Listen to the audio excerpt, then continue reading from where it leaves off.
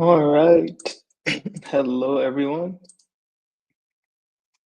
Hopefully everyone's doing okay. I'm sorry, stream started a little bit late. There were some technical difficulties and I had to reset the stream, but everything is working now. How's everyone doing?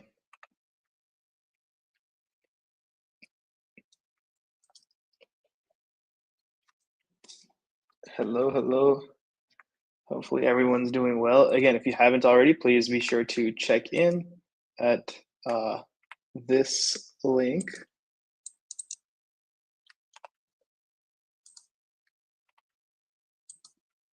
Looks like my keyboard stopped working. Let me try and plug that back in. Okay, there we go. I'm doing I'm doing well. It is a little late here, but can't complain.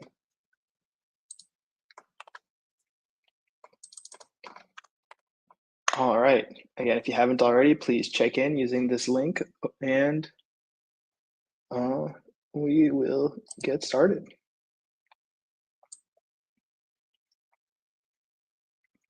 Okay, so just to gauge the audience here, what is everyone's level of experience with Python just before we get started? Um, and you can just put that in the chat. But quick introduction. My name is Abdullah. I'm a coach at Major League Hacking, and I've been a coach for about a year and a half now. So it's a great time. And yeah, I've been coding for a long time. I have been coding since I was in like around 5 years, maybe five and a half. So I've been coding a while. Currently work as a software engineer and use Python daily. So you're in good hands for this intro to Python course. All right. So, oh wow, we have someone who's been here for 12 years. That's that's a very long time. Um, I don't think this stream's for you, but everyone could use a refresher, so that's good. I'm glad you joined. Um, okay, so looks like we didn't get too many responses, but we can still jump right into it. So we're going to start from the very basics. So actually, just what Python is, what it's used for, then actually go into how to download Python on your machine. And then once you have Python downloaded on your machine, we'll also download an IDE, which is basically an environment for you to develop in, so you can actually write your Python code. And then we'll start going into more details about how to actually use Python. So uh, before we get started, does anyone have any questions? Hello, hello, Harmeet. How's it going? I am so glad you could join us.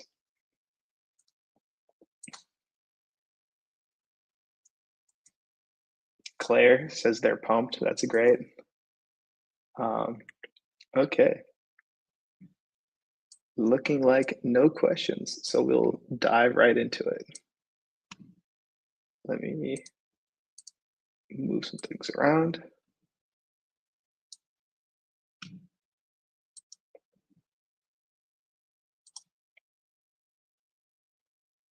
And share my screen so that you all can see what I am doing. Okay.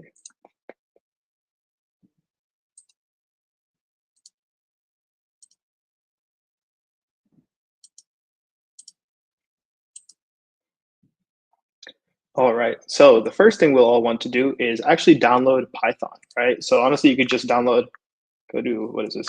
Python download, and then go to python.org and download Python. Now, the latest version is 3.13. That is a very new version. I think the newest one I have on my machine might be 3.11 or 3.12. So honestly, let me go ahead and download Python with you all.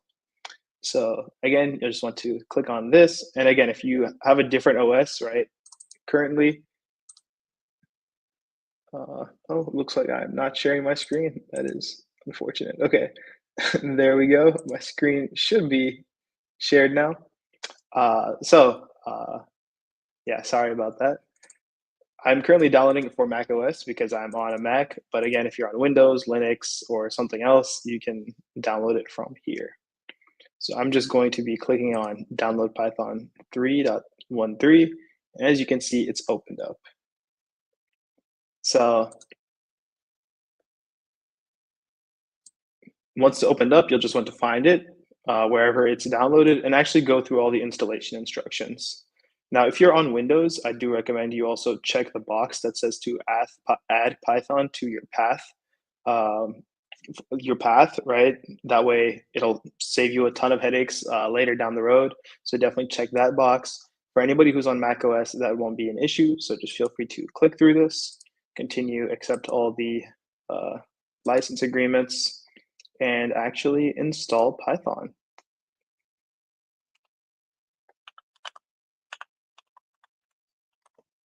Okay, hopefully that doesn't show my password to anybody. And it is just going to install. All right, just under a minute remaining. And again, if you don't want to install it, there's a lot of free online web versions that you can use as well to do Python development. So there's those are all options as well. Okay, so I've downloaded Python. I can move the installation files to the trash. And then what we want to do is actually download an IDE, or the place where we're going to be doing all of our development. So a good one for that is PyCharm. So we can actually download PyCharm from their website. It's a great Python IDE, and we'll want to just click the download button. Now they have different versions. They have PyCharm Professional, and then they also have a PyCharm Community version. Professional, I think, costs money. Yeah, this has only the free 30-day trial version over here. So we're going to try and find the Community Edition, which if you scroll down a little bit, that's where you'll find it. So I'm currently downloading it for Apple Silicon, and then again, if you have a if you have a different laptop, then you'll want to download it for that. All right. So I'm just going to hit download. I do already have it though, so I'm not going to be walking through all of the installation. I recommend you all do that yourself. Again, just agree to all the license terms, and then you should be able to open it up. I will open it up on my laptop. So search for PyCharm, and you can see I have the PyCharm community version open. So if we can start a new project here, and honestly, we can name it anything. Let's name it Hello World. Hopefully, I don't have anything called Hello World on there or in my machine. So we're just going to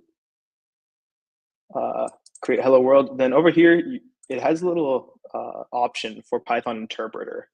And the Python interpreter is basically a virtual environment which you're using with your code. Don't worry about that too much right now. We'll go into more details later, but just agree to everything or accept everything that's over here.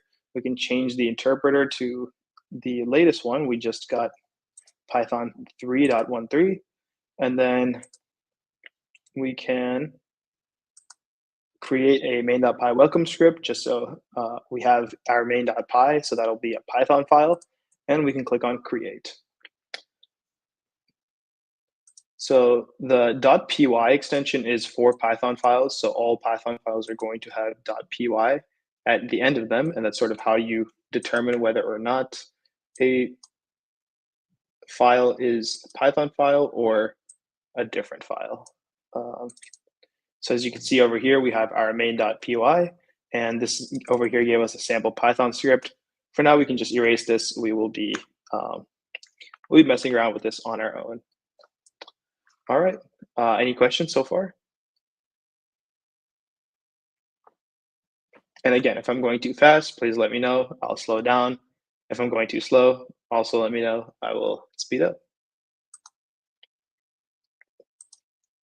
All right. Let's make sure no one else has any issues.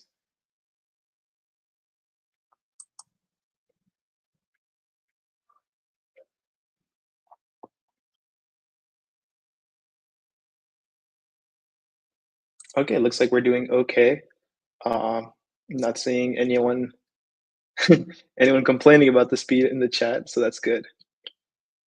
I'll just give it a couple more minutes to make sure that everyone's able to install PyCharm on their machines and that they are able to also download Python because it might take a while. Make sure it's in your path, and then we'll get started on our next part.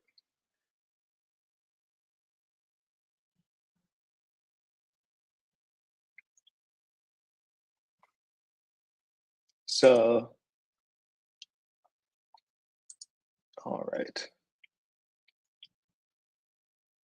So before we actually dive into coding, um, I would like to mention that Python's pretty great, right? There's a ton of different ways in which you can use Python. It can be used for AI and machine learning, and I think that's the main reason a lot of people are really jumping on to learning how to use Python now because it's very powerful. It's a very powerful tool, especially for ML and AI. It can also be used to actually develop web apps if you use other frameworks with it, like Django or Flask. Those are separate. We can go into those in more detail later as well. But there are tons of different use cases for Python. That's another one. Another one might just be to do like scripting on your machine, right? So if I wanted to automate something that I didn't want to do manually, that's also a great way of doing it. Using Python is a great way of also doing that.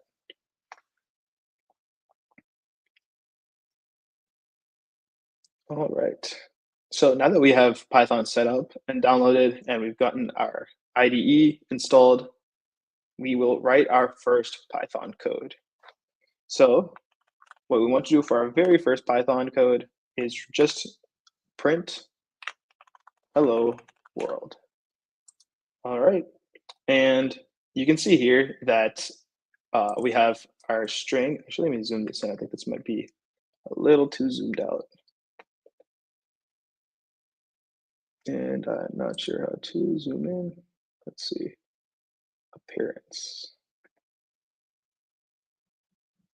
Tool windows. Interesting. Increase font size. There we go. Command and mouse wheel. Okay. Well, that works. Okay, so what we did right now is we just printed hello world. And we can actually go in and run that. And you can see that it was not able to find a Python interpreter. So what we want to do here is actually create a virtual environment with Python 3.13. I thought I created one earlier, but it looks like it did not work. So for this right here, we will be using,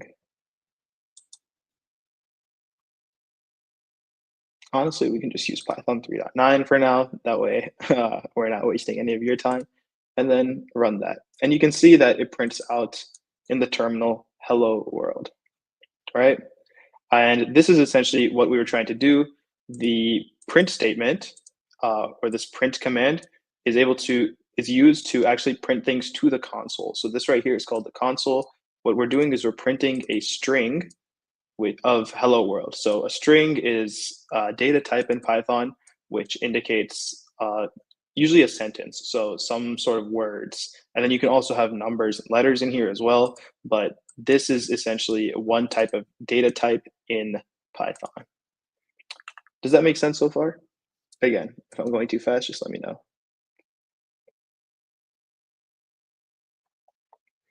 So there's a question in the chat. If I've used Python with AI and ML, I have actually. I am doing a master's in AI right now, so a lot of Python being used for that, just for various applications in Python, making networks and so on and so forth.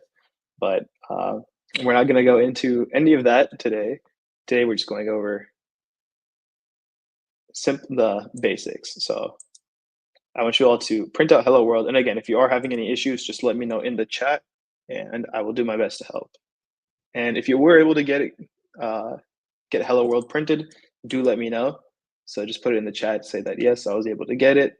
That way I know that people are following along and are not struggling with environment setup, because I know environment setup is usually usually the most difficult part about Python. Promise you it's an easy language until you get to how it works under the hood. And then if you start running into environment issues, then it is a pain.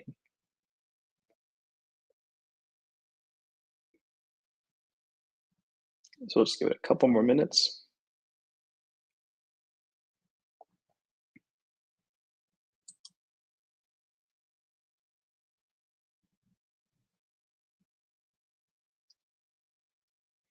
All right, and just to reiterate, print right here is a built-in method, and we're using this to just display output to the console, and the output that we're displaying here is a string, which is what the data type is called, and that string contains hello world. So within the quotes is a string. We can either use single quotes or we can also use double quotes. So if we tried using single quotes here, um, it would do the same thing, but we cannot mix and match. We have to use one or the other, and you can see that that also returns hello world. All right.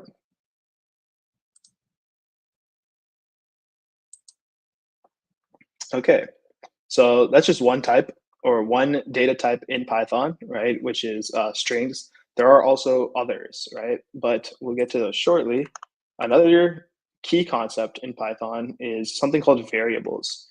And variables are essentially just placeholders for data in memory. So an example that we can give is like age. So age is, let's say, 22, and this just holds a number. So this age is a variable similar to like X, for example, which just holds a number. And this number is called an integer. It's an integer because it doesn't have any decimals. It's a whole number. All right, and an integer can be positive, it can be negative. So we can have negative 22 as well. So again, the way you define a variable is just the variable name. So in this case, I've said age, then you want an equal sign, and then the number which you're assigning to it.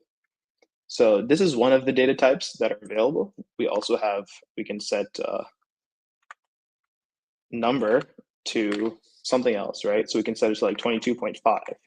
And this is a different data type. It's not the same as this, but because it has a decimal point. So again, the way you set it is still the same, where you have number equals and you're using an equal sign, but again, you're setting it to a decimal value. And then we already went over strings, and strings are something like hello world, as we have over here. And we can also set strings to a variable.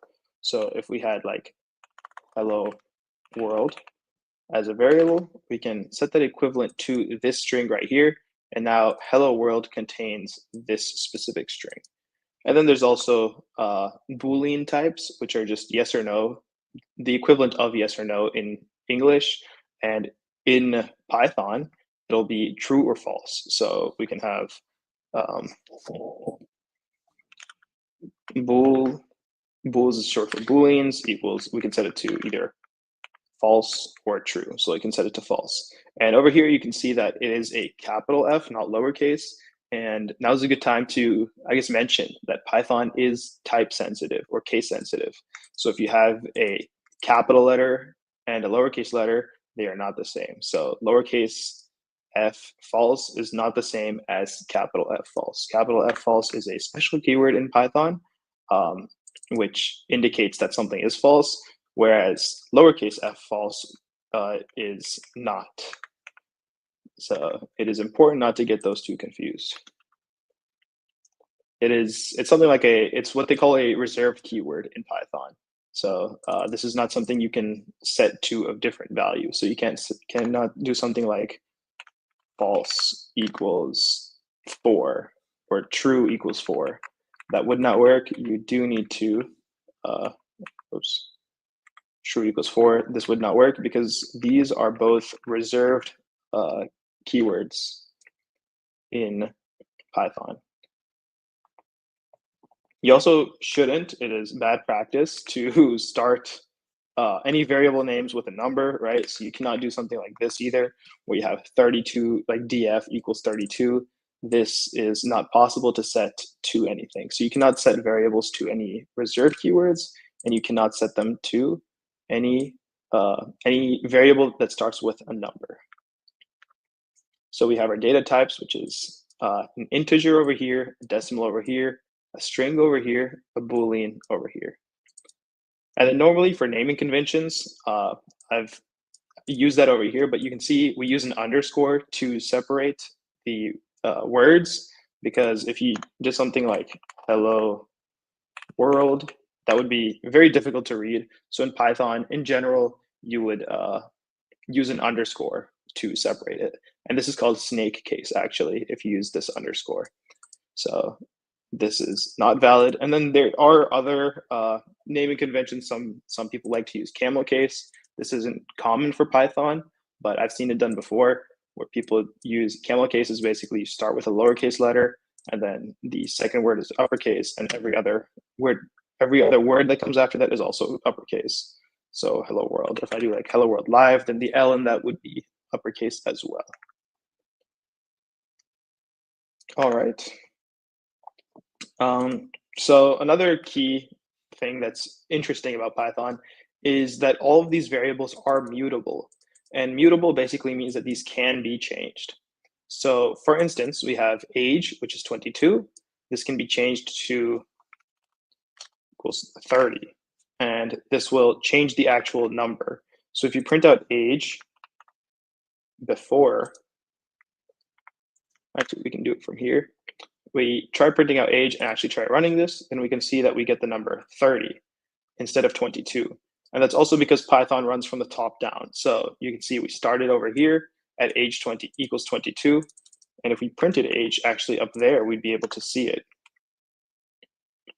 So if we do that, we can see that age prints twice. First, it prints as 22, and then it gets reassigned to 30, and then it's printed as 30. So you can also change variables. And this is also valid for number, for hello world, and for bools. You can change hello world to something else. Let's say we wanted to go, we can print hello world here. And then we can set hello world to something completely different. Let's say false.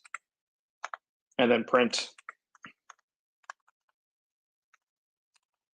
hello world. And let's erase everything under here, or we can actually just comment it out. And we'll get to comments momentarily.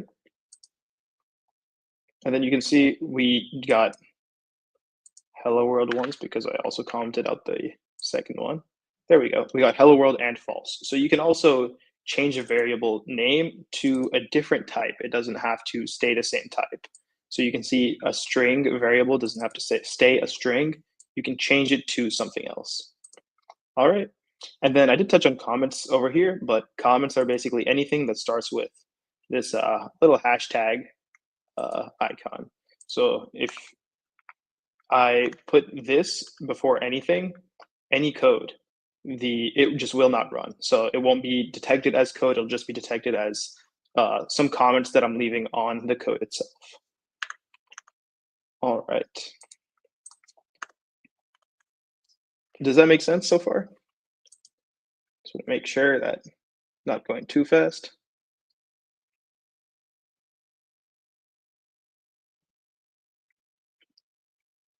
Okay, it looks like no one is complaining in the comments, which is always a good thing. Again, if you are still struggling with environment setup or need help with that, do let me know. I'm here to help. All right. So again, we're able to store information in variables, and that is what variables are useful for.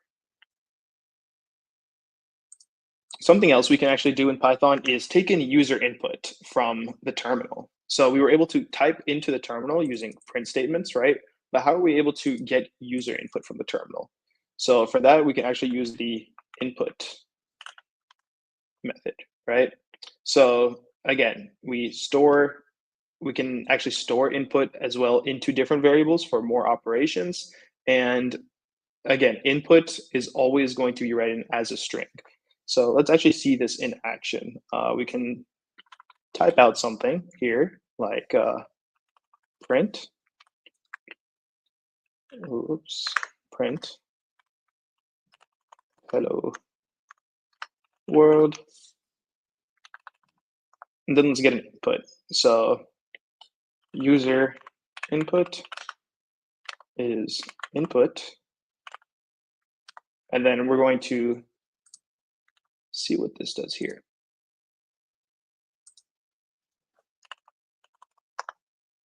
And then it's finished. All right, so you can see that we were able to get user input. It stored it in user input. We have no way of seeing that because we haven't printed that. So let's actually print out and return exactly what we're getting in. So if we print everything the user inputted and rerun this, then we have this thing saying hello world. Then we can actually, it's asking for us to put something in now, as you can see by this blinking cursor. So let's say testing 1, 2, 3, right? And zoom that in a little bit. There you go. And then it outputs testing 1, 2, 3. So we're able to see that we can actually read user input in from the terminal. But again, because this is always going to be input as a string, right? User input will always be a string. And normally you can see this by hovering, but I'm not sure why that's not working. Usually for declarations that works. But in this case, if we did want to, let's say, convert the input from a string to something else, then we can use the actual types or the type conversions, right? So in this case, if for instance, we printed out just 1, then 1 in this case is actually being printed out as a string. And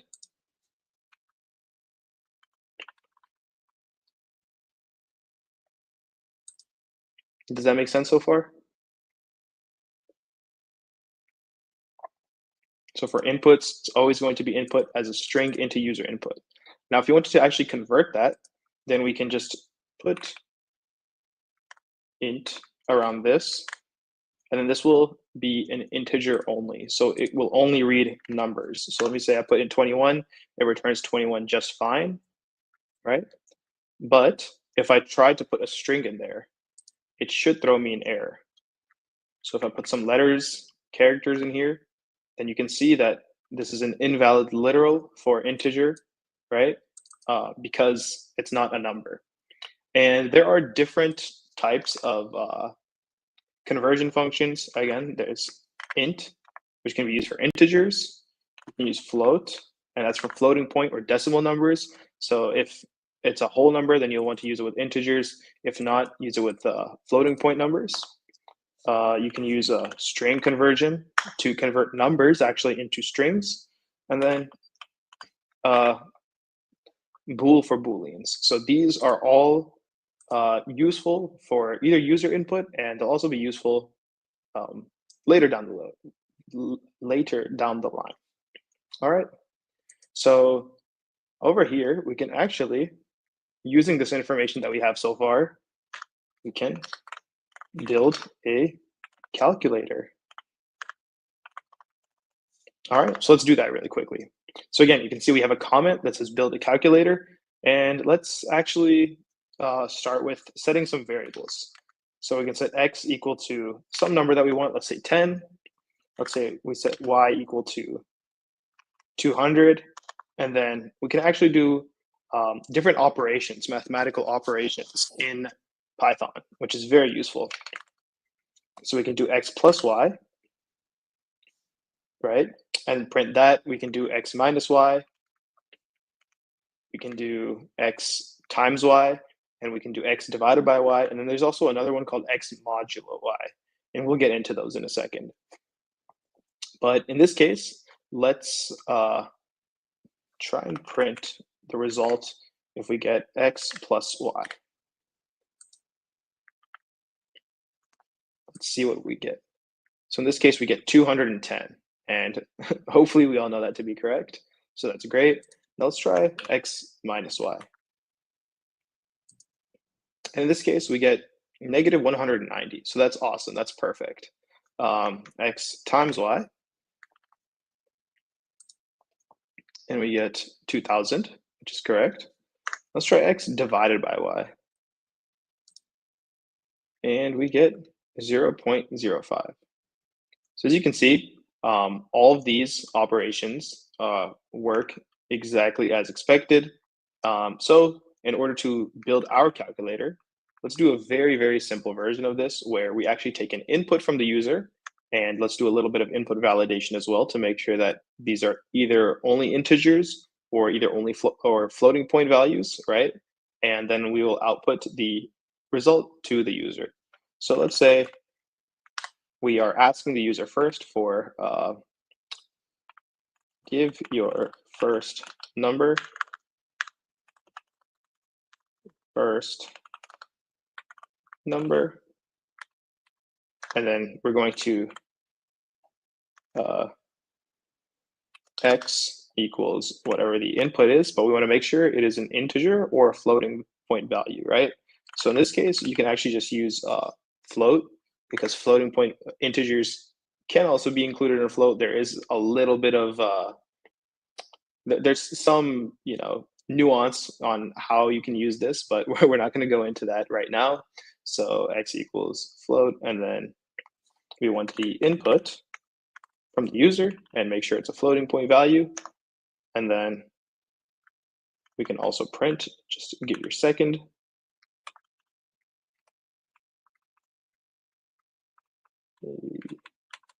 Give your second number, and then basically copy everything here.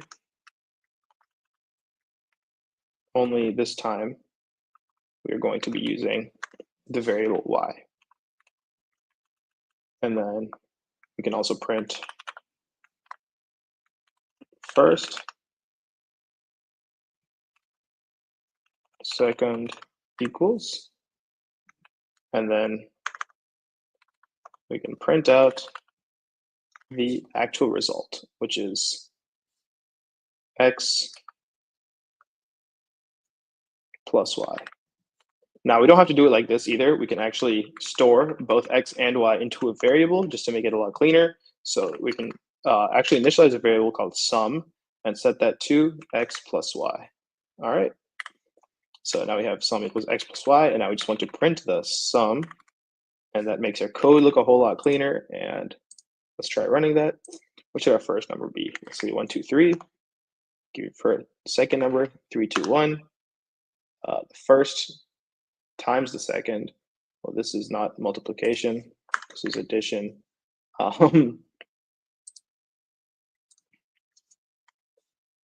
So 12, 5, and you can see we get 17. Now it gives us 17.0 because we are getting floating point inputs, so it'll give us a floating point output. But if we were getting just integers, then it would give us 17 only. All right, and we can do that for multiplication, we can do that for division, and any other operation.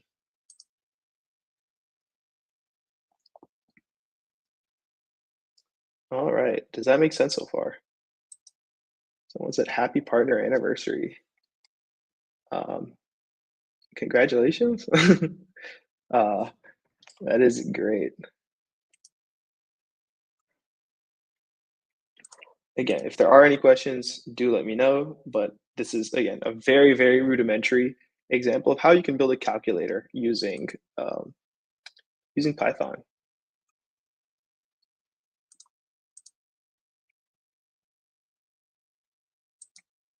All right, if there's nothing else, then we will move on to more interesting things.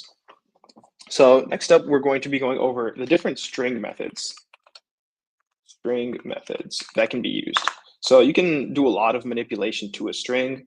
And again, just as a reminder, a string or an str, right, is basically any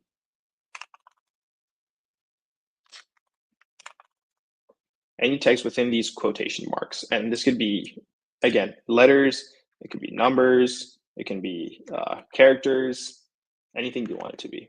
All right, so we're going to set our current string to hello. Let's do some manipulation to this. So let's say we wanted to print just hello.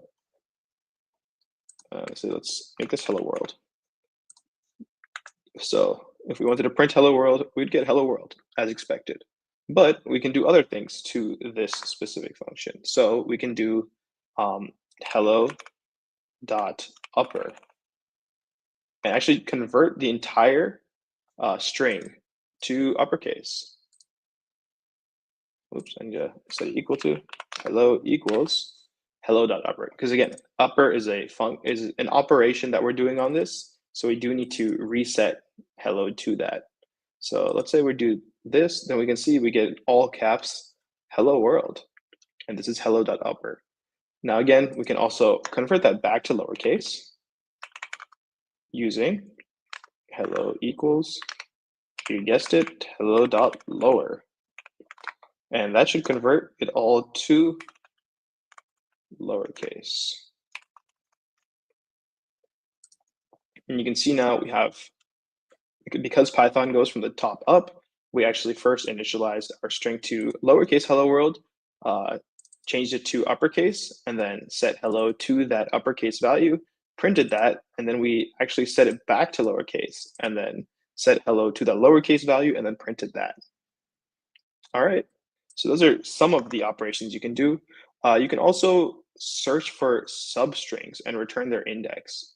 So let's say we were searching for something specific in hello world. We wanted to search for a world, right? So we could do hello.find the text world. Find world equals this, and then we can print the result here. Find world. And let's comment all of, whoa, what's going on?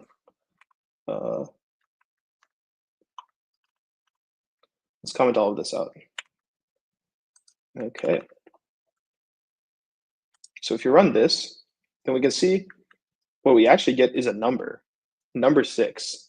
Now, what on earth does the number 6 mean when we're trying to find the word world in hello world? So basically the way strings work in Python is that they're indexed to 0. So in this case, if we had the text hello world, oops, did not mean to do that. You'll have H corresponding to 0, E corresponding to 1, L corresponding to 2, then 3, and then 4. And then this space over here actually does correspond to a value, which is going to be 5. And then you have the W, which is 6. And essentially what the find is doing is it is trying to find where world actually begins. So where the word world begins. And that will be at 6. Now for this, if you had something that actually appeared multiple times, for example, in this case, the letter L appears multiple times, then what this would do is actually return the first instance of that. So we can actually see that if we're looking for L in find world, and we print that,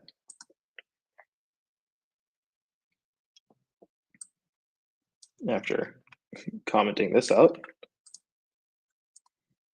we can see that we get the number 2.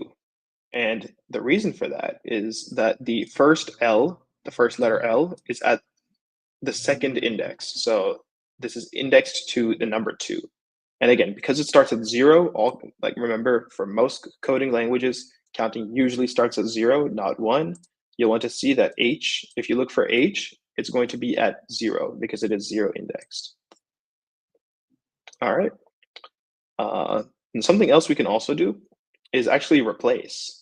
So let's say we wanted to replace the letter L, or replace world with hackers.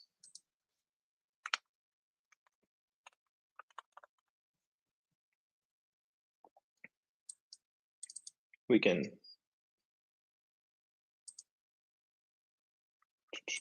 choose.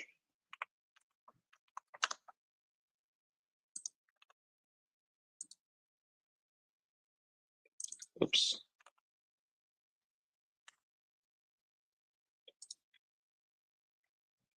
That did not work.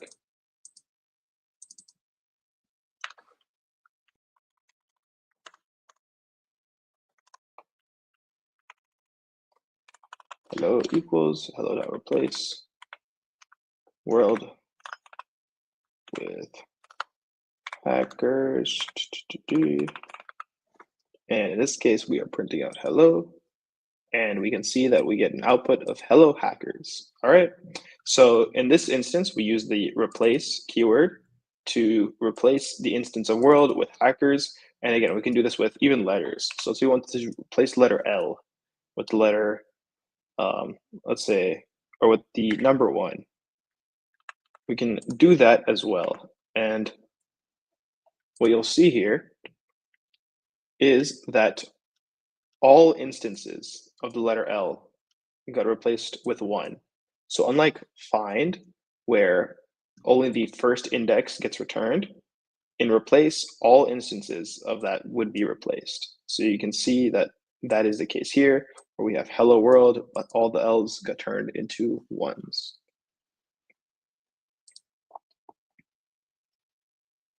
All right. Something else we can also do is concatenate different strings. So let's say we have hello over here equal to hello world. Now we can actually add something to it. So let's say we do, we can do hello equals hello plus, and we could do something else. Let's say we wanted and hackers. So we added a space here just because we want a space after this. And then we can print this, print hello, and we'd get hello world and hackers. So that's how concatenation works. And then you can also do something called membership testing, which is actually just using the keyword in or in to test if a substring is within a string. So let's say now that we have hello and hackers, we can see hackers in string equals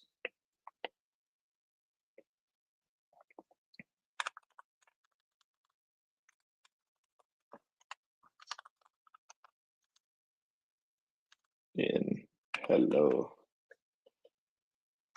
then print hackers in string. So in this case, we see that we got an output of true because the word hackers is in hello. So in this case, hackers in string is a Boolean value, and it is checking whether or not this statement or the string hackers is in hello. And again, we can do this for anything. We can do like s in hello, and that would also return true. We can also do something else like v, and we can see that that returns false. All right.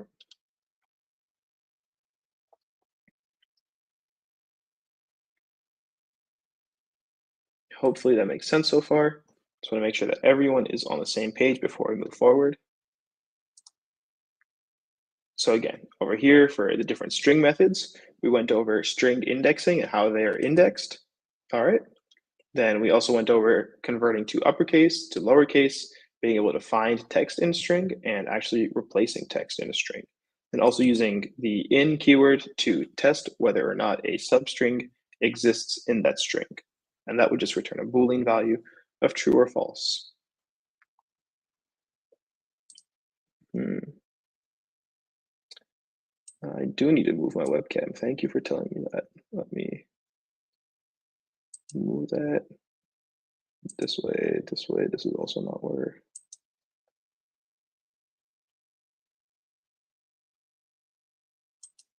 Okay.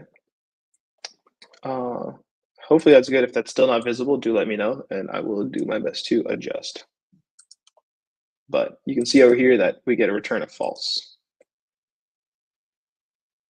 If we check for the letter V or in hello, and if we check for like H, for example, then it should absolutely return true.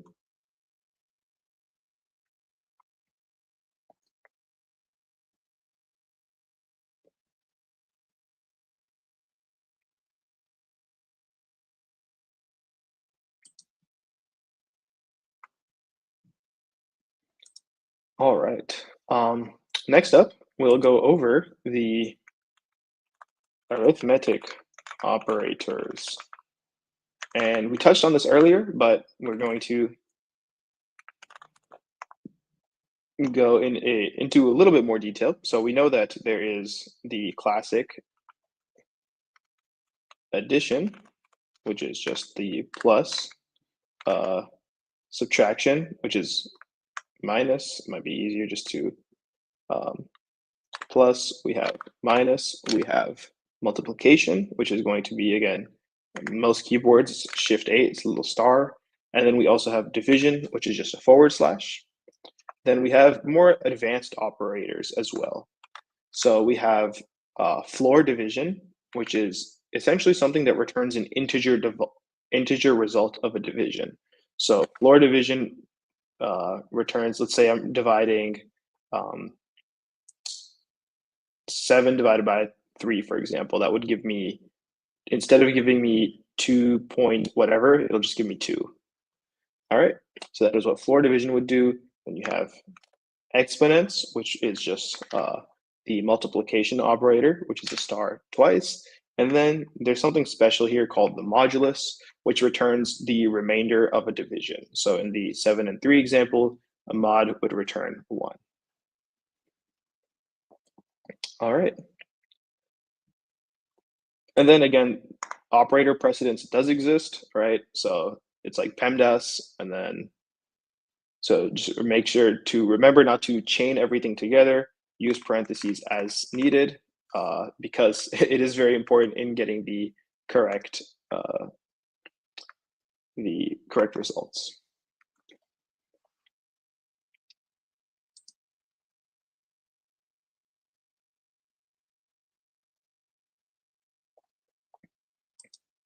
So someone asked what project we'll be making today. So we're going to make a really simple project by the end of this. It'll most likely just be rock, paper, scissors. But again, if you have any recommendations, feel free to put them in the chat. I'm more than willing to switch to something else if you all are. And again, I just want this to be very introductory, so nothing too complicated is going to be going on. But again, if you think that's too easy, you all are, really smart, then we can do something else. We actually test all these operators too, the advanced ones. So let's say x equals, let's go with 10, maybe y equals 3, and then we can print.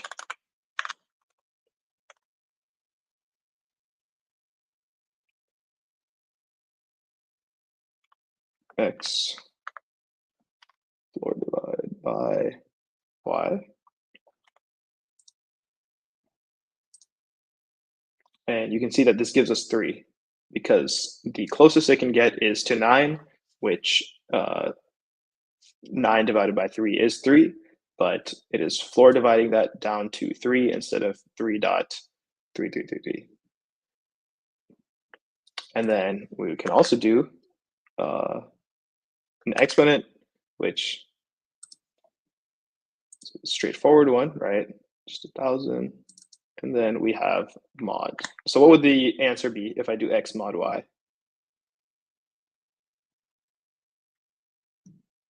Assuming that mod gives the remainder.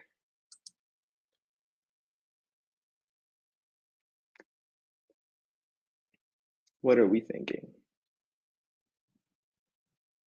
Okay, we've got some answers. All right. Yes, we get 1. Incredible work. And again, that is just the remainder. So pretty straightforward, nothing too complicated there. All right, awesome. We also have something called conditional statements. And this is where, honestly, the majority of Python is spent in these conditional statements. You'll be using them basically everywhere.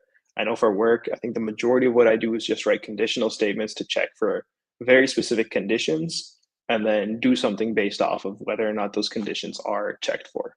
So for conditional statements, these are also called like if statements.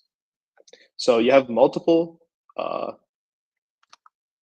statements you can use. You have if, there's elif, and else blocks. And then for Python specifically, you use indentation to define these different blocks. For other languages, there may be other methods or other means to define blocks. Some use curly brackets, some use something else. But in Python, we use indentation. So let's see what that looks like. In this case, conditional statements are basically checking if something is true or false, right? And then doing something if that is the case. So we can say like if, let's say we set x equal to 2 and y equal to 3. So we can say over here that if x is the same as y, and in this case, if we're actually trying to see equivalence or we're trying to test for equivalence, we'll be using a double equal sign. We don't want to use a single equal sign because that implies that we're doing some sort of assignment to a variable, right? So we're not assigning, let's say 3 to y. We are instead checking if x is equal to y. So if x equals y, then we can say, we can just print x is the same as y. And then this is a case where you use elif or else. So we can write else print x is not the same as y, right? And over here, you can see that there's indentation being used in order to differentiate or see whether or not this is in this block. Otherwise, if we just had something like this, where if x equals y, it would get messy really fast if we had everything on the side, right? So we use indentation just to make things look prettier, but also to say that, okay, this is within this if statement and not outside of it. Because if we had something like this, where we had else print x is not the same as y, and then if we were, let's say, doing something else after this, where we were doing like x plus y, we want to know that this isn't, say, z equals x plus y. We want to actually make sure that this isn't inside this else statement, it's outside of it. This is happening after this if statement actually runs, right? This if else block runs. So that's the reason we use indentation. Okay, so we can actually test for this real quick and see how it runs. And we can see that we get x is not the same as y, which means it went in here, it checked if x equals y, and said, okay, this is not the case, so we're going to do this instead. So if we did set these two to the same, then we can see that x is the same as y, all right? And and then it just finishes the program. There's also an else if, right? An elif, which is else if. So that's used similar to basically it is what it sounds like. It is a combination of else and if. So if x equals y, then you can print this. And then you can also do something like elif or else if x is, and then you have other operations that you can use, which is like less than, greater than. So let's say we did x is less than y. And we use that using this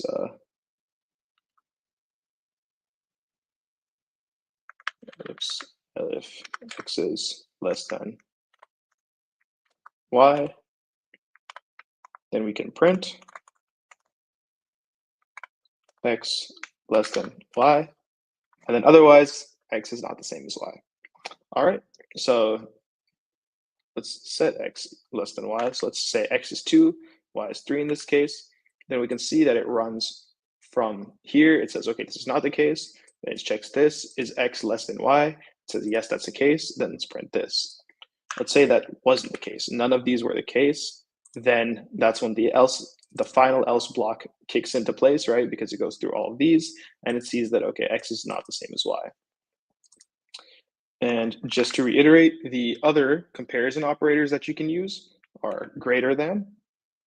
You can also use less than. And then there's also less than or equal to, and greater than or equal to.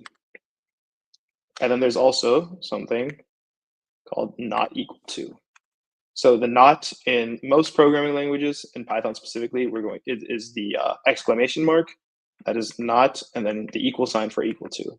So you wouldn't use double equal sign here. You just use exclamation mark and then equal sign. And then again, for less than or equal to and greater than or equal to, you're using the greater than symbol and then the equal symbol once. So we can also check over here, do less than or equal to, greater than or equal to comparisons, and see all that. Then there are also several logical operators that you can use. In this case, they are and, or, and not, right?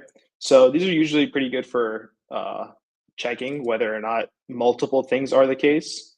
So let's say if x is equal to y, and then we had a couple of other variables, right? We have z equal to 12 and a equal to 23. Let's actually change this to b. That way it's easier to keep track of. So we'll have,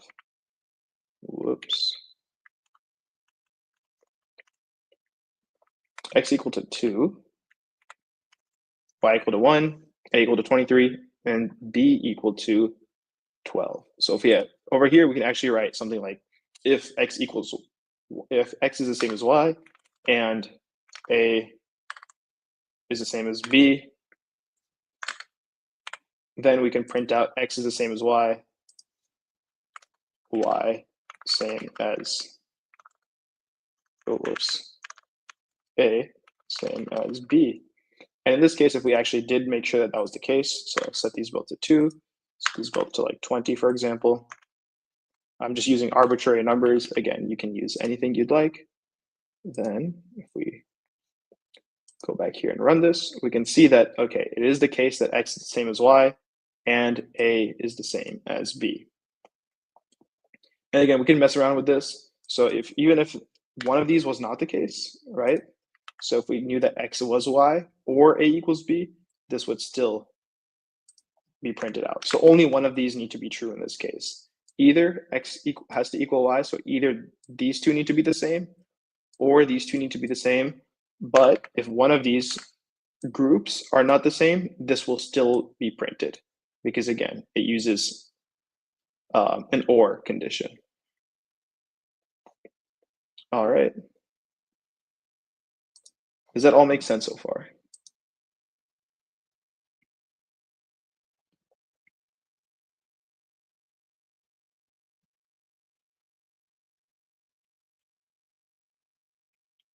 All right. Do you have one question? Will we make the intermediate or advanced projects in this or another workshop? This is a very beginner focused workshop because it's Global Hack Weeks for beginners. We do have more advanced projects going on as well. I know I did do a stream right before this one regarding how to make your own blockchain. I think that might be very interesting if you are interested in making something slightly more advanced and interested in Web3 or cryptocurrencies or blockchain in general. There are also other more advanced projects as well that happen occasionally. I do recommend you check out the schedule and take a look at that. All right. And equal versus equivalent. Yeah, so it's assignment versus equivalency is, I think, what you're referring to, but yeah, absolutely. Okay. It has been an hour. I know we've been here for a while, so I'm going to give you all a 5-minute break. It is currently 11:04 p.m. where I'm staying, so we'll regroup at 11:10 p.m. my time, or whatever time that is for you, 6 minutes from now, or 5 minutes from now. All right. I will see you all in 5 minutes.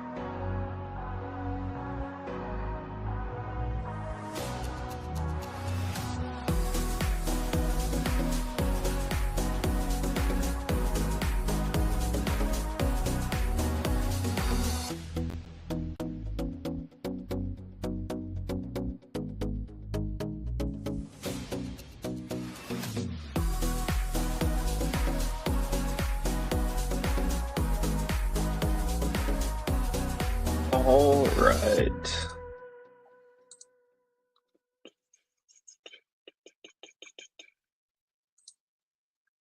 Okay, so we left off conditional statements, and we just went over the if, elif, and else statements, as well as just the different operators that you can use, and we did a little bit of testing with that as well. I'm not seeing any questions in the chat right now regarding any of this, so hopefully it was pretty straightforward. And yeah, again, if you do have any questions, do let me know. And in the meantime, we will be moving forward. Okay, so we went over conditional statements. Next, what we're going to go over are loops.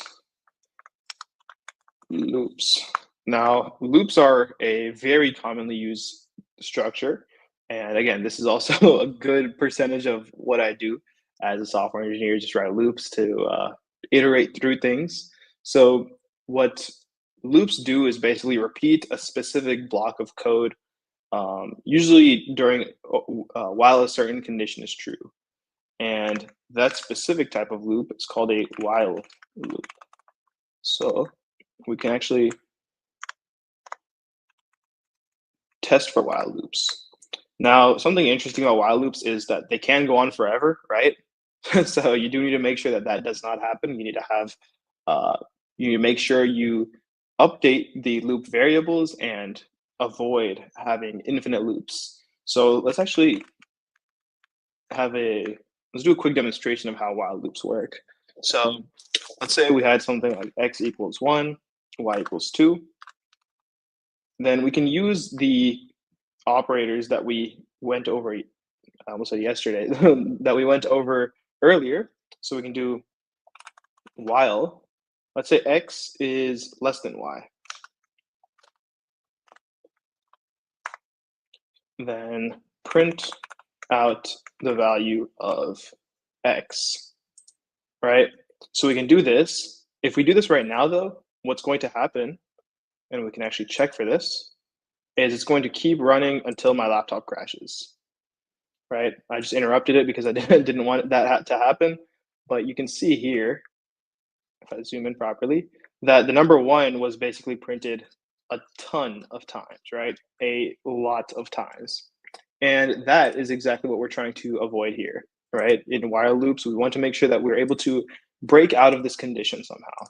So for that, in this specific case, what we want to do is increment the x value. So x equals x plus 1. And a shortcut for this is actually x plus equals 1. So that's a good shortcut to use, handy if you want to save yourselves from writing a couple more characters. But if we do something like this and we rerun it, then we can see that it only prints out the x value once, so while it's at 1, and then it breaks. Because again, the way this works is it checks first if the statement is true. If 1 is less than 2, then print out 1, then it increments, then it checks, right? Because now x is incremented to 2, so then it checks, okay, it's 2 less than 2. That is not the case, so then it breaks out. And then again, we can do it the other way as well. While x is greater than y, we can also print x. And you can see that that doesn't run at all because x is never greater than y, even to begin with. So that's a quick example of how a while loop might work. Now, another type of loop is a for loop. And honestly, I can just erase all of this. And for loops are slightly different from while loops. So instead of repeating a specific block of code over and over again while a specific condition is true, these usually iterate over some sort of sequence. So if you have like a list of something or you have a specific range. So we can honestly create a quick list. So list equals, let's make this more specific. What can we do for this? Animals equals, and then for lists, you usually want to use the brackets. All right, so animals equals, we can have, let's say, dog And then to separate items in a list, you use a comma. And again, you can have a list of practically anything. So in this case, I'm having a list of strings, but you can have a list of integers, you can have a list of floats, you can have a list of booleans too. Again, it is really just up to you and whatever your use case is. Let's say goat, and I don't know, I need one more animal. What's an animal? Let's get one from the crowd. Just any animals. We'll throw those into here.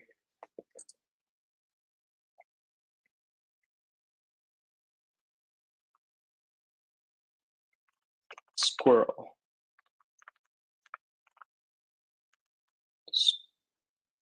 Squirrel. Oh my goodness. How do you spell squirrel? That's an interesting question. There we go. Okay, no animals, so we're gonna go with squirrel. All right, we got rabbit. So we'll add that.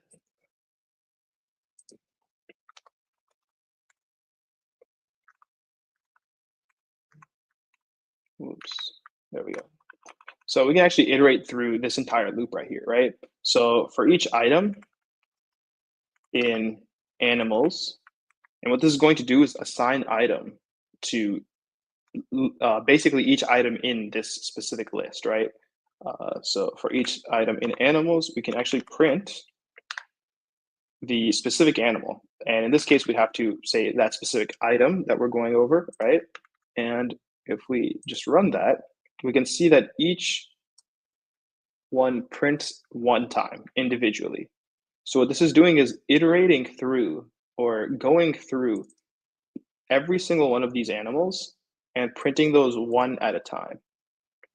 So it goes first dog, then cat, goat, squirrel, and then lastly rabbit. And then once it runs out of items in the list, then it ends because, okay, it's done with everything in here. All right. You could also loop through different ranges of numbers. So instead of let's say you wanted to print numbers from like 1 through 1000, right? One option of doing that is print 1, print 2, right? How long do you think that's gonna take if you did want to go down that route? Oops. It's gonna take a while, right? And like it works, but it's not very effective, especially if you want to do something more special. And if you make a mistake and it's not on time, actually trying to find your mistake.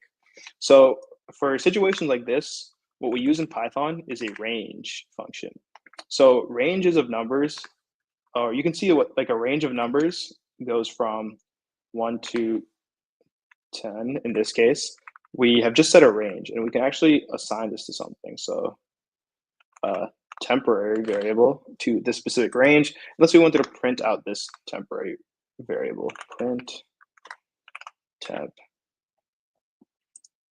We can see that all that does is actually print out the range itself, right? It doesn't print out 1 through 10. It prints out, hey, this is a range of numbers from 1 through 10. It doesn't print out what's inside of it. So in order to actually loop through this range, right, if we did want to print all the numbers from 1 through 1000, what we would do in this case is for I in temp, or we can also just do for I in range, and then starting at 1, going to 1000. We just want to print out the number I specifically here, right? And then once this is done, we'll complete. So let's run this, and we can see it prints out everything up until 999. Now, what happened to 1000?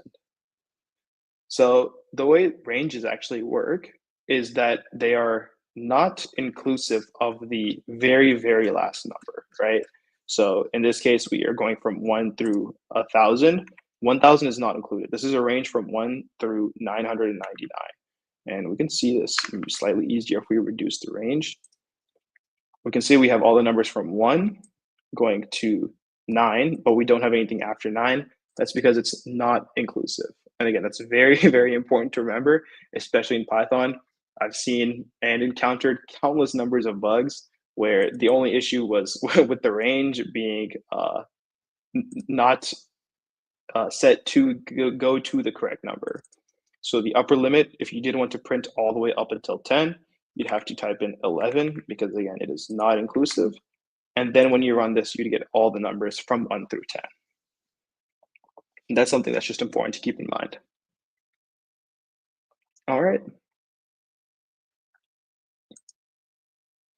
I do really want to stress that. That is very important. All right. So we did touch on lists over here where we went through, or we iterated through a list for our for loop, right?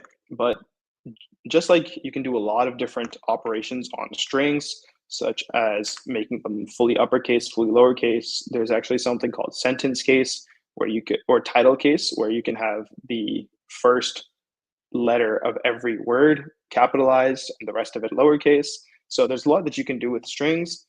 Next, we're going to see what we can do with lists. So we're going to go to list operations next. So one thing we can actually do with lists is add things to the end, right? So we have a list, we can make this thing grow, we can make it shrink. So in this case, let's add something else to our animals. Say we want to append something, so we could just do animals dot append, and this right here, this append statement is what's going to add something to animals. So we wanted to add what could be another animal that we use? A lizard. I don't know why I thought of that right now. Then if we see what's in our animals, now I do need to, then we can see that we now have lizard alongside our rabbit, our squirrel, our goat, dog, and cat. So this is how we add more items to our list. We can also remove items. So let's say we want to, after adding our lizard, we're like, actually, I don't like my lizard. We're going to animals.remove our lizard and remove. Okay. And then we'll have to say bye to our lizard. When we actually print out all the animals, we can see that it is not there anymore. Okay. And then we can also use the clear statement. So let's say we have animals.clear, and then animals. And this will clear out the entire list, and now we have no animals in our animals list. All right. Similar to how you can check if a substring is in a string using the in keyword, you can do the same thing with lists. So let's say we wanted to actually see after we removed our list, or after we removed our lizard from here, let's see if our lizard is still in the list, right? So if, or we can just actually print whether or not lizard in animals, which is our list. And we can see now that is false because we removed lizard. But if we check for cat, we can see that it's probably still in there because we didn't touch it, and that is true. All right. Something else we can do with lists is actually splice them. So we can actually go to different parts of the list itself, and that'll be using, let's say, in this case, animals, and you'll use a colon, essentially, to get to it. And the beginning part of the colon, so whatever's over here, is going to be the start, and then whatever's after the colon is going to be the end. So let's say I only wanted to get, let's say, the second and third options over here.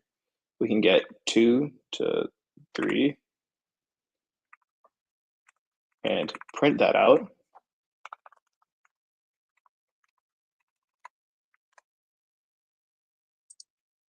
And then we print that out and we see, oh, we only get 1, right? And which one did we get? We got goat. That was the third one. We need to remember that again, the lists are also zero indexed. So this is 0, 1, 2. So we got the second one, and they're not inclusive, similar to the range. So if you say up to 3, it is up to and not including 3, which is confusing because that's still 2, but that's something that is, again, important to keep in mind. So if we up that to, instead of 3, we change it to 4, and then we run that again, then we get both goat and squirrel, which is, again, 2 and 4. Then if you leave any of these blank, you'll get everything up to that specific value. So let's say we left everything blank before, we can get everything up until the third one. So we get dog, cat, and goat, right? So that's the first, second, and third, but in this case, 0 index, first index, second index, not including the third indexed one. Again, I know it's confusing. It is a little bit difficult to wrap your mind around, but this is, again, somewhere where a lot of bugs are created, a lot of bugs are found, a lot of bugs are fixed if you know this, and you can save yourself a lot of pain and headache if this is understood earlier on. Okay. So with lists, we know that we can actually change these up, right? We can actually add things to lists, we can remove things from lists. Uh, but what if we wanted a type of list which we couldn't change or we couldn't move, right? There are some types of lists that you want, okay, I just want this to be a static list. I don't want it to change at all, right? This should be what I initialize it to be and nothing else. So in this case, you would use something called a tuple, all right? And the differences of a tuple from a list is that, again, it cannot be modified and it has a lot fewer methods that you can really use on it. So let's say we had a tuple of, honestly, it's the animals again, because they are here. So let's do tuple operations. And instead of using the brackets, you will use parentheses.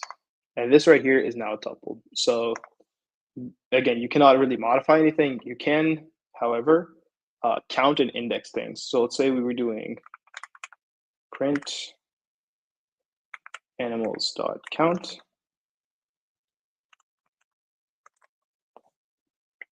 You can see this right here has nothing in it. We want to count the number of times we see dog, and that shows up once, right? And then if we added this again, maybe somewhere else in the tuple, it should respond with 2. So you can see now dog showed up 2 times. So again, this responds with 2. But if we have something like, or if we wanted to add something to this, let's say we tried to like append dog to the end, then we're going to end up with an error because the tuple object is not able to append anything. It can only really like look at it, right? It can only look at this whole, this tuple right here. It cannot change it. It cannot modify it in any way. You can also check the index of something. So let's say you wanted to index to the index of dog. We can see it's at index 0 because that's the first time it shows up. It doesn't give us the final index. It just shows us, or it returns us the first time it sees it, right? So it saw it over here, then just returned that. So cat, we should get the number 1, and so on and so forth, right? So that right there is the last real like tuple operation that we are working with. And that is about it as far as the major operations in Python are concerned, right? That's like a very, very quick beginner's guide to Python, right? That's everything you really need to build almost anything you can think of on your own. Again, a lot of it does come with practice and time and just generally coding things, you know, whatever it might be. So I recommend you all do take the time to look into it a little bit further, see what else you want to make, see what games you might want to create, see what web apps you might want to make, what other programs you might want to play around with. So again, the options here are limitless. Now, I was going to quickly walk through a quick program to just implement like a quick rock, paper, scissors game. Let me know if you all do want to do that. We could also just change it up to something else, right? So if you want to make a quick game of rock, paper, scissors, we could totally do that.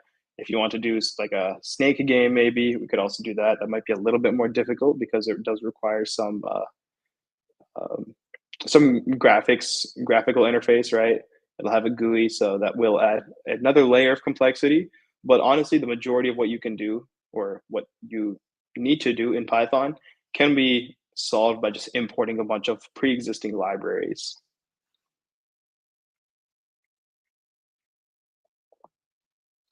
All right.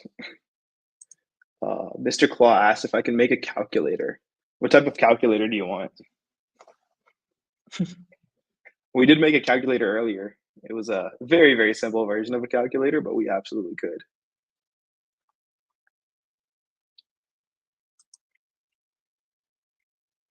Anyone else have any recommendations on what to make? A mathematical one. Yeah, we did make a mathematical one. If you weren't able to catch that, I recommend you go back a little bit in the video or in the stream, and you should be able to see it. Um, let's see. We have another question. What do you think are good projects to add to our resume? Because I'm trying to build it up. I would start small. I would start really simple with, just easy rock, paper, scissors games, things of that sort, and then just build up to more and more complex projects.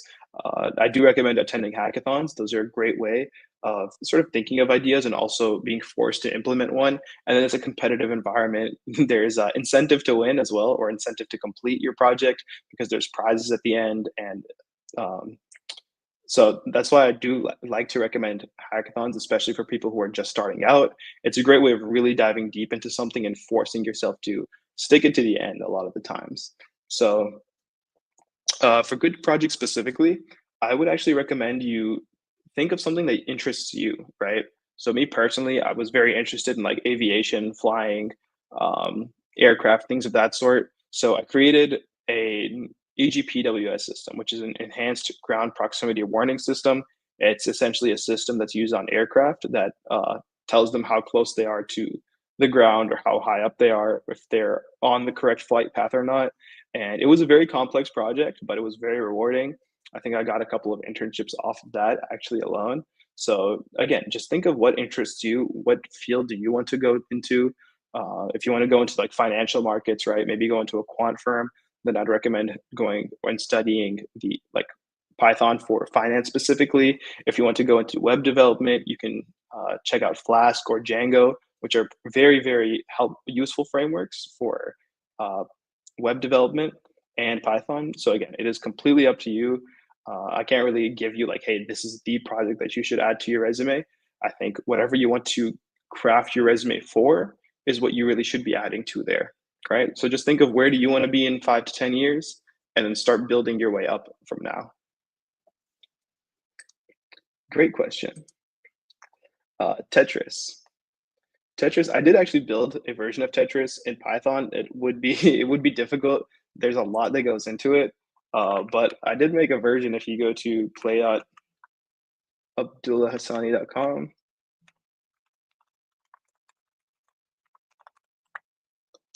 There is a version of Tetris on there, which is very simple. It was made in React actually, and it works exactly as you'd expect. It was a very hacky like weekend project, so nothing too fancy. Um, but it is a lot. Uh, Let me give some more options actually for what we could be building. We can build an easy game of Hangman, for example. That might be a simple one. Um, you can build a very simple guessing game that's like a number guessing game. You can build a game of 2048, 2048. I have built one of those on stream as well before. I'd recommend you also check that one out. But honestly, for now, because we are starting to run out of time, we can just do a really quick and simple game of rock, paper, scissors. And everyone knows how rock, paper, scissors is played, right? essentially there's two people that are playing rock, paper, scissors. In this case, it would most likely be you versus the computer, although you could program it so that it is you versus another person that's also sitting next to you. And essentially, you would choose one thing, either rock, paper, or scissors, and the computer or the other person that's playing against you would choose something else. And then um, rock essentially defeats scissors, scissors defeats paper, and paper defeats rock, is how it works.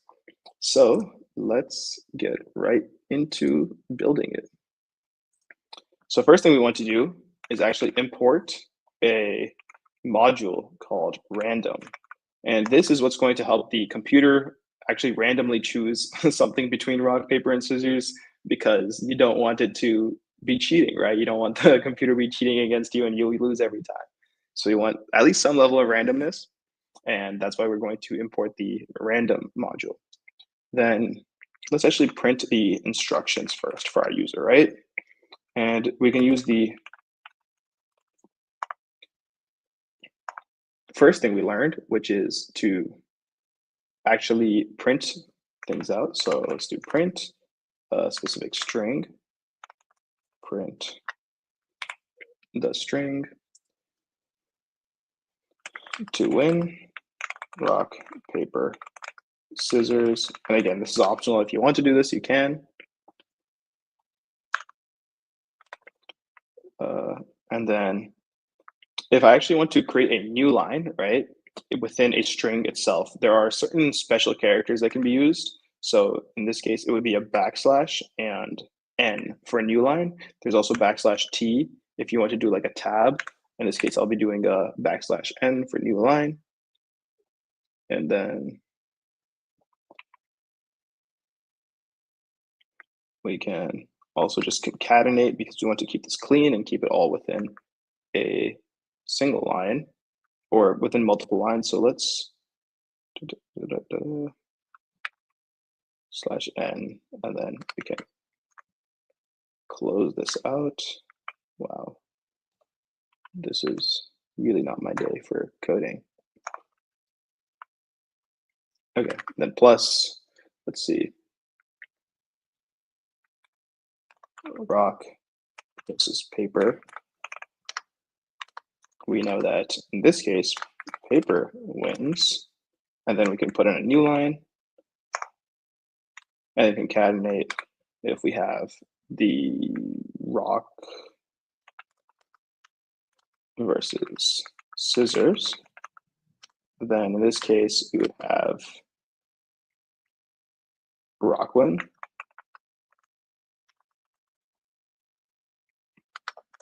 And then lastly, if we had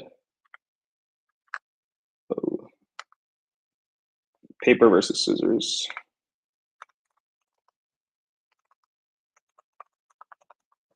then we know that scissors wins.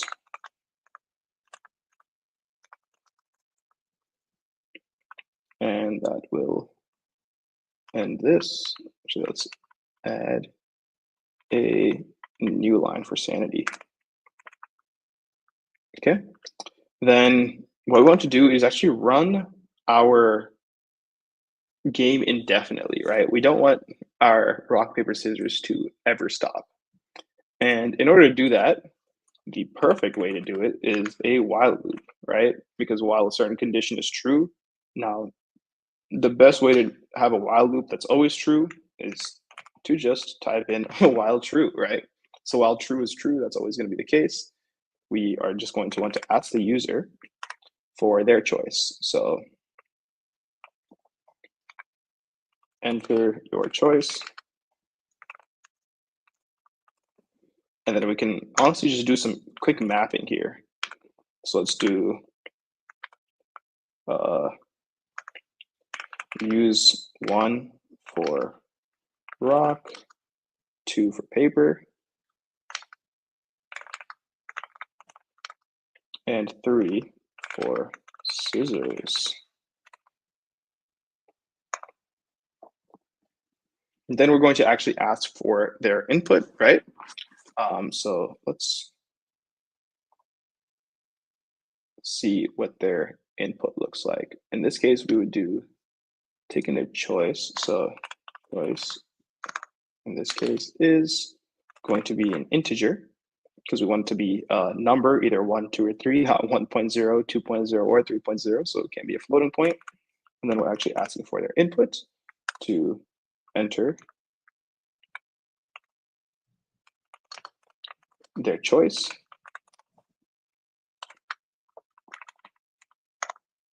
And then we just want to keep looping here. This is just going to be checking if they are actually entering a valid number. And this is like really rudimentary input validation. Normally we'd have something more robust, which makes sure that it is an integer, or that they could type in rock or paper or scissors in any sort of way. It could be capital or lowercase, and it wouldn't matter. But in this case, we're just doing a very simple version of it. So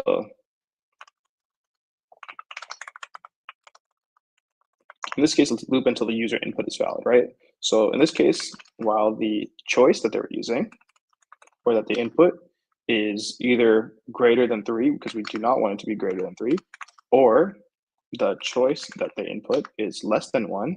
So if they put in like 0 or a negative number, then we can ask them to, hey, please enter a valid choice. So ask them for the input again.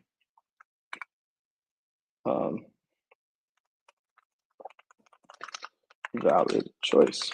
And this is just, again, quick version of input validation. Normally it would be a lot more robust, and normally that's what you see.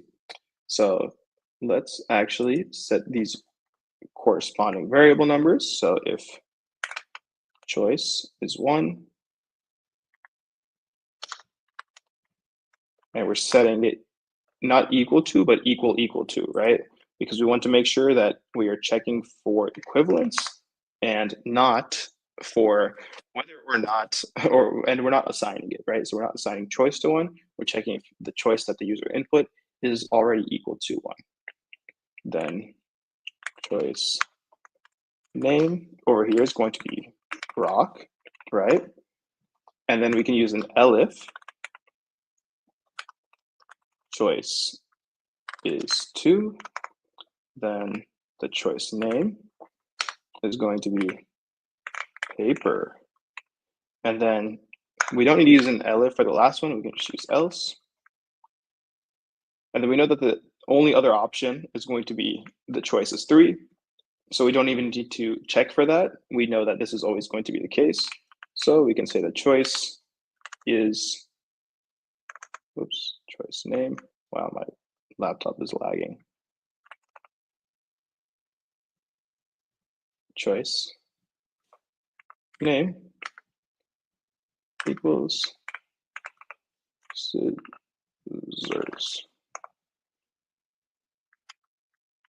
And I missed an equal sign here. Okay. So this is basically going to be saying, okay, this is what the user's choice is. And we can just print that out so the user knows what they chose. So print user choice is, and then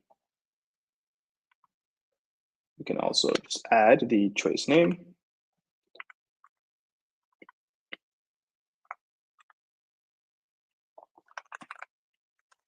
And then we can print what the computer chooses, right?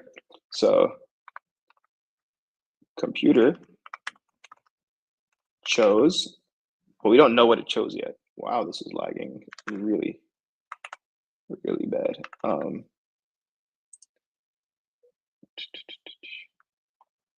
If there's anything I can quit in the background. I'm not seeing anything I can quit. Oh, maybe Discord. And Postman. You know what? And VS Code. Okay, there we go. I should have opened up a little bit of CPU at least. So now we're going to figure out what the computer is going to choose, right? And for this, we are going to use the random variable. So what we want to do over here is actually have the computer choose a random number between 1 and 3, similar to how the user is doing. So computer underscore choice is going to be any random integer, so rand int, and that's basically the random modules. It's a method in the random module that allows you to pick a random number, and we want to choose between 1 and 3. All right, so it's going to choose any number between 1 and 3, and then we can honestly just copy and paste our logic over here for whether or not the choice is 1, 2, or 3.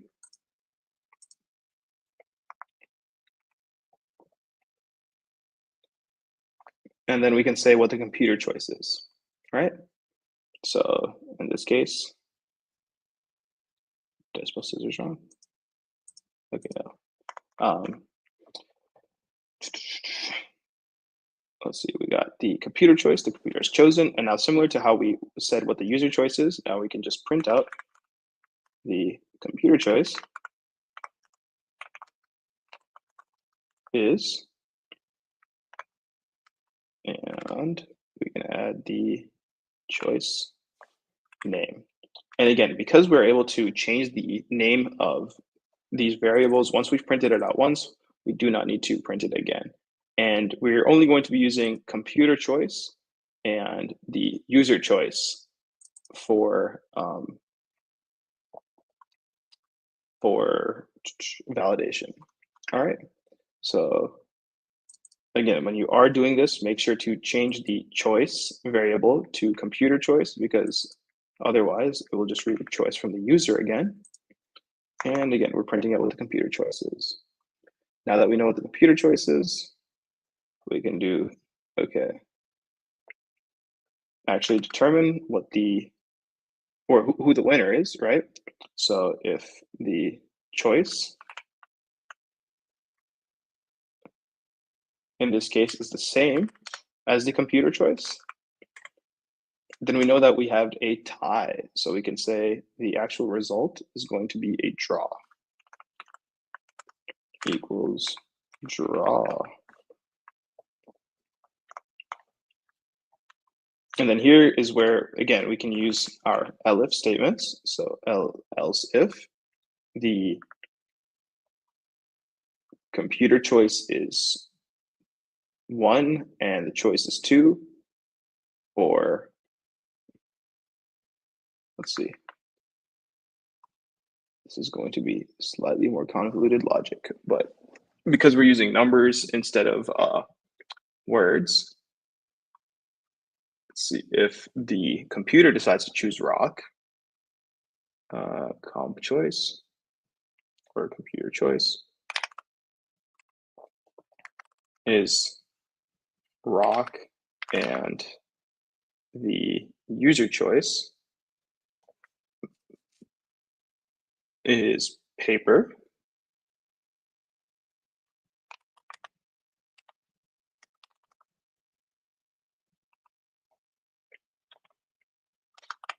or if, let's see, the computer chooses rock and user chooses paper, or if the computer choice is, oops, paper,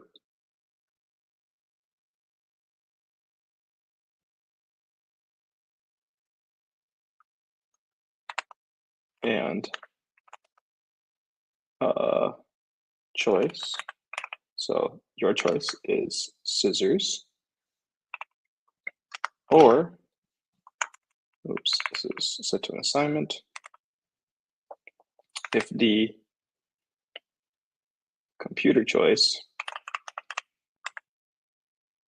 is scissors and the user choice is rock, yes.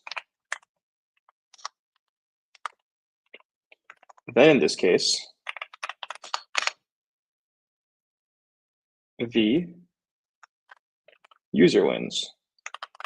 So we can say you win. Otherwise, the computer wins.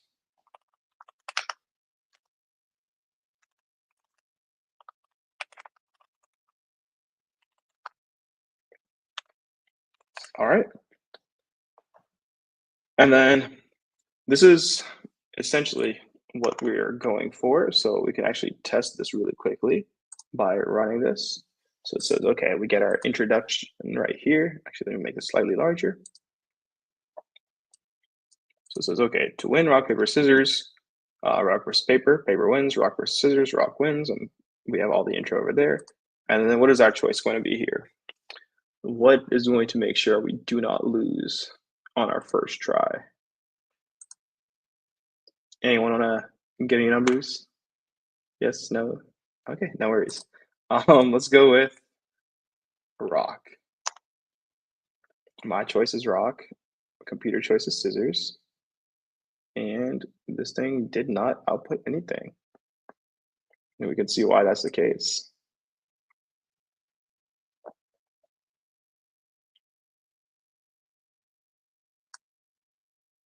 Choice is the same as computer choice. That is actually very strange. I think it might just be I didn't save it. What did the computer choose? Scissors. So, okay, I would have won that one, but it did not give me any output. Let me make sure I get that. Oh, well, that'll do it. I did not print what the result would be. Would you look at that? Very unnecessary bug. Okay, so, okay, we have one comment that says choose paper. Okay, so we'll choose paper this time. Computer choice is scissors. Oh, computer won this one. Okay, so we can choose something else now. Let's choose one. I chose rock. Computer chose rock. Now it's a draw. Let's choose scissors this time. And I chose scissors. Computer chose rock. Computer wins. And again, you can just keep on playing this until your heart is content. But we have no way of getting out of here right now, right? As of right now, it's an infinite while loop, and we want to make sure that is not the case. So we can honestly just add a quick break statement in here as well. And that should not be too difficult. Essentially over here, we just want to ask the user now if they would like to keep playing or not. So honestly, we can print the result and then print out an empty new line. Again, this is not how you'd normally do it. You'd want to do it in a much cleaner fashion. I'm just doing this for the sake of time. But we can print out, would you like to play again? And then ask them yes or no.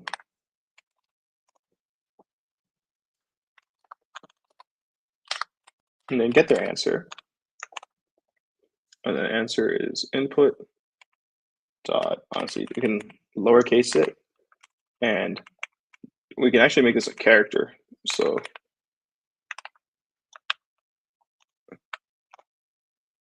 and then if the answer is no, then we would want to break. And basically what break says is break out of the while loop. So that's all that's happening here. And then if this entire thing runs and the while loop is finished, then we just want to say, okay,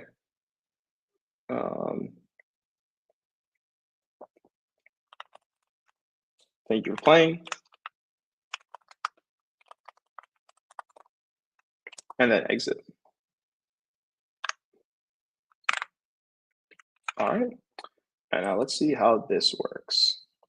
Now that we have, now that we're actually able to exit out. Okay, now it asks us again, what, or it tells us the rules, enters our choice. So we put 2, it gives us this. Would I like to play again? Yes. Enter my choice and go with 1, it's a draw again. Enter my choice, let's go with rock again. Computer wins. I'll play again. Rock again, and I win. Okay, so this time it was 2 draws. Computer got 1, I got 1. This is the tie to break all ties. Let's go with it. Should we go with the rock again? We'll go with scissors this time. and grade the computer on. Okay, I don't want to play again. I'm angry, right? So I just hit N. It says, okay, thank you so much for playing. And then it exits out. And that's it. You all just built your very first Python program using basically all of the everything we went over, right? So we went over strings, we went over string manipulation, we went over how to use different loops, we went over the different operations, we went over assignments, we went over the let's see, printing things out, actually checking equivalency, if and else blocks, different loops. So this is a great introductory project. Again, for the future, I do recommend you all still work on this, right? You can extend this to work on, instead of it just being you versus the computer, it can be you versus another friend. So you enter a specific number, you enter one number, your friend enters another number, and then that is what that's how you play. That's one way of doing it. You can also extend this in other ways, maybe clean it up, change the wording around a little bit, have it so that it breaks out in a different way, change the game so that instead of it being rock, paper, scissors, it is something else entirely, right? One thing we didn't implement in here were lists. So I do recommend giving those a go, something having to do with lists, and then just looking into those. So again, there's a whole lot that you can do. Again, there's an infinite number of possibilities with Python, everything from building blockchains, which I did earlier today, to writing tests for very, very specific things that happen, which I also did earlier today for work, all the way to doing AI and ML work, which I actually did for my master's. So again, no shortage of things to do with Python. Hopefully this was a good introduction to Python. I will be around in case any of y'all need additional help or have any questions. But if not, thank you all so much for coming. Again, I will be around for a couple more minutes just to make sure that you all are able to get off any questions that you might have. And if not, then again, thank you for your time. And yeah, hopefully I'll see you all at my next stream.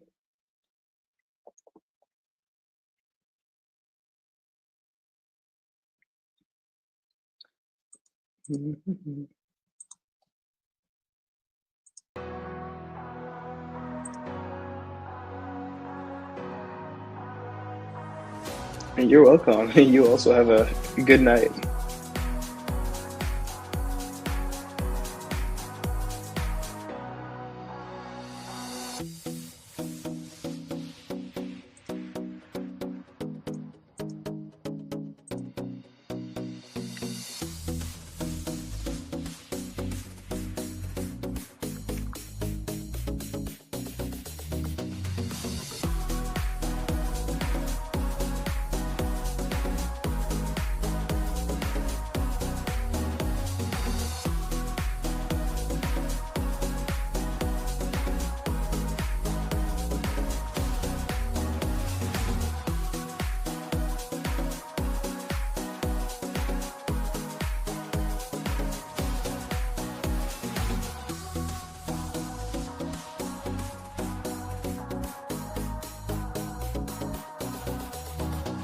All right, seems like there's not a whole lot of questions coming in other than that.